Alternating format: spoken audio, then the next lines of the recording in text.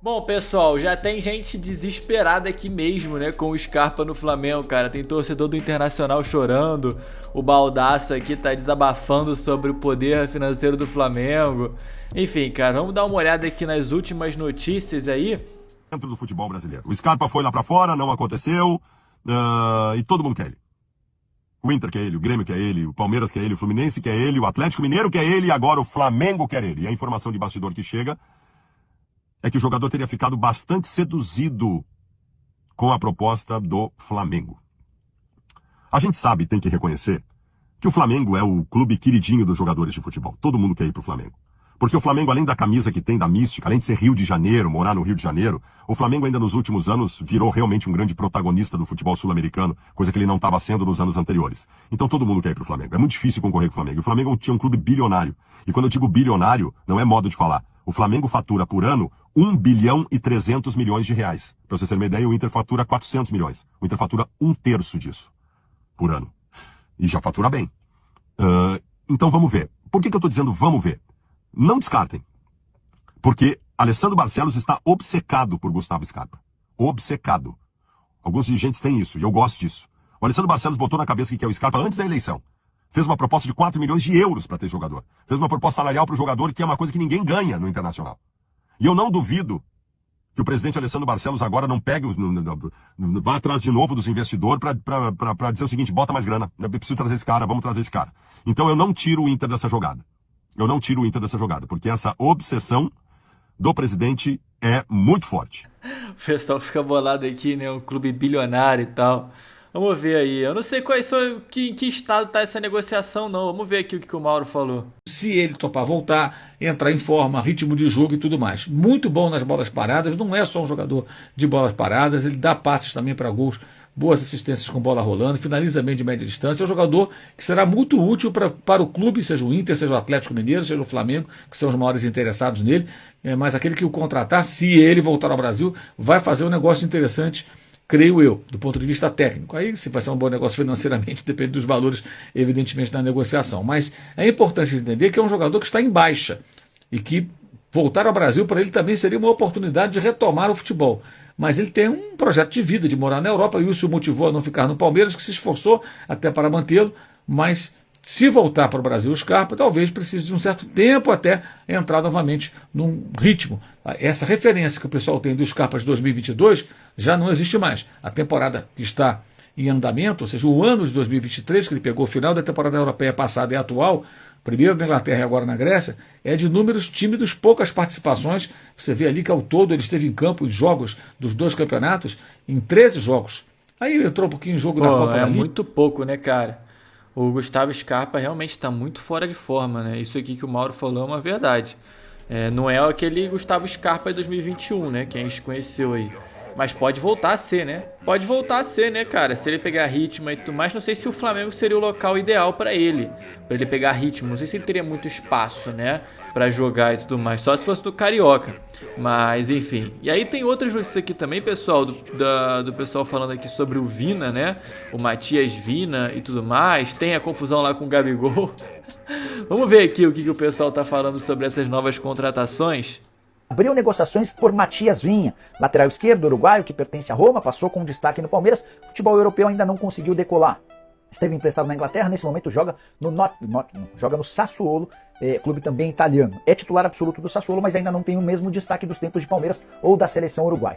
Vale a lembrança de que o Flamengo perdeu o Felipe Luiz e está em busca de um substituto. O Alexandro pode chegar, mas apenas na metade da temporada, e a ideia de Tite e companhia é ter uma solução para esse problema já na virada do ano, por isso Matias Vinha é uma possibilidade. A Roma havia comprado o Vinha por 13 milhões de euros e hoje trabalha com um valor de 12 milhões de euros para comprá-lo. O Corinthians sondou o Matias Vinha, mas considerou a pedida muito alta e acabou desistindo. Falei do Vinha, falei do Alexandro, quero contar também que o Corinthians sonda todo mundo também, né, cara? O Corinthians manda e-mail só de sacanagem lá pros caras. Matias Vinha, mas considerou a pedida muito alta e acabou desistindo.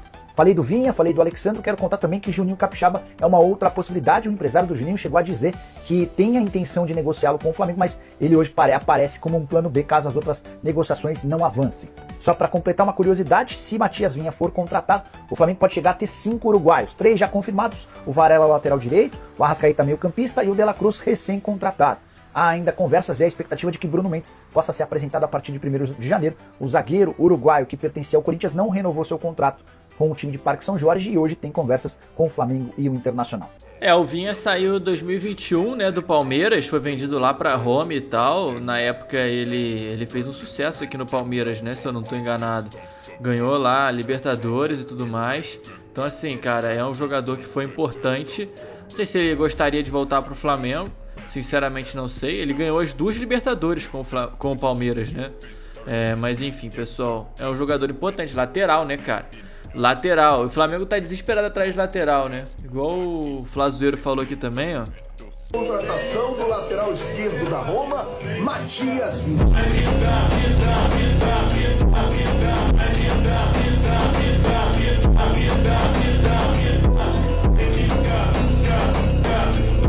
Tem uma montagem aqui, na verdade, né? Eu achei que ia ser uma notícia aqui do Flazueiro, na verdade é só uma montagem aqui, né, do Matias Vinha. Agora, o Flamengo tá querendo montar a seleção do Uruguai, né, cara? É basicamente esse o plano do Flamengo pra próxima temporada. Agora, olha só o Corinthians, cara. Corinthians cogita oferecer Yuri Alberto pra contratar Gabigol. Olha só isso aqui, mano, que absurdo. Falar negócio, o Augusto ele tá tentando arrastar tudo isso até o dia 2, porque só a partir do dia 2 de janeiro é que ele vai poder conduzir efetivamente toda essa situação. O fato é, por trás disso tudo, por debaixo dos panos, né, sem ser pejorativo, mas enfim, enquanto a coisa não acontece oficialmente, enquanto o Augusto não tem a caneta, a conversa existe. Isso existe. Corinthians e Flamengo conversam por Gabigol. E aí você tem informações de lá a cá, de repasse de jogadores, do quanto seria interessante, porque o Gabigol tem mais um ano de contrato e vale dizer, desde que a gente começou a falar sobre o Gabigol, e ele mesmo, depois da entrevista do Podpah, disse que tinha uma renovação encaminhada, que possivelmente fosse o último ano dele de Flamengo, essa renovação ainda não foi assinada. Essa renovação ainda não aconteceu, e não aconteceu porque há uma conversa entre Corinthians e Flamengo. E, obviamente, o Flamengo quer sair numa boa do negócio, porque sabe que tem um ativo importante, que é o Gabriel Barbosa, de 27 anos, ainda com muito potencial. E sabe que o Corinthians quer. Por outro lado, o Augusto Melo quer ter no Gabigol a sua grande bandeira. Cara, só um negócio. O Gabigol não... O maluco tá falando que o Gabigol não renovou com o Flamengo ainda, porque existem conversas do Corinthians com o Gabigol. Tipo, eu acho isso aqui muita viagem, mano. Eu acho muita viagem falar isso aqui, pessoal. Eu, sinceramente, até há pouco tempo agora, eu achava que não existia, essas conversas não existiam, tá? Eu achava que essas conversas não existiam. Aí, beleza. Aí apareceu lá o presidente do Corinthians falando que existe mesmo. Aí até dá pra acreditar. Olha só, não sei se vocês chegaram a ver isso aqui. Olha lá, ó, entrevista ao Seleção Sport TV. Augusto Melo, novo presidente do Corinthians, diz que o clube tem condições de pagar Gabigol. Ele falou que o clube tem condições de pagar Gabigol. Não que ele vai atrás do cara, né? Mas beleza, vamos ver, ó. Com certeza o Corinthians tem condições. O Corinthians tem total condição. Gabigol é um grande jogador e tem as nossas características. Por que não tentar? A gente quer conversar com o Flamengo. Há interesse dos dois lados. Seria muito bom para o Gabigol respirar novos ares. De novo esse papo, né? E para o Corinthians em termos de marketing camisa.